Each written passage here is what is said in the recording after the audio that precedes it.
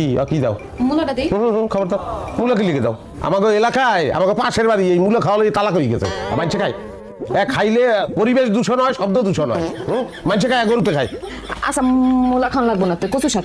না না না কোনো কচু শাক চলবে না কচু শাক খাবো কি লিখি আবার কি সমস্যা কি আমি কি তৃণমূলজি আচ্ছা কচু শাকও খান লাগবো না এই যে পালং শাক আনছে। কোনো চেঞ্জ নেই কি কবিরাজ বাড়ি এটা বুঝলাম না হ্যাঁ সব শাক সবজি কোনো আমিষের ব্যবস্থা নাই হ্যাঁ মাছ টাছ কোনো কিছু ব্যবস্থা করে না খালি কইতেছে এটা খাও ওটা খাও এটা খাও হ্যাঁ এই দিলে এই সমস্ত জিনিসপত্র খাইলে তাহলে কি আমার শরীরে বল হইবে জামাই বাবাজি আজকের মতো খাও আমি তো ভাবছি যে এইসব খাইলে তোমার শক্তি হইব এই লাগা এই আয়োজনগুলো আমি করছি আপনি আউগারি ভাবেন ঠিক লিখি আমার জিগেই ভাববেন না তো ভাবিয়ে কারা ফালাইছে নেই আপনি আর আব্বাই খান আপনাকে শক্তি হোক এতক্ষণ ফিরে খালি শুনতেছি কইতেছি না ভাব খানা নবাব আইছে বাংলার নবাব এতই যদি নবাবি নিজে বাজার করে আনলেই তো পারবো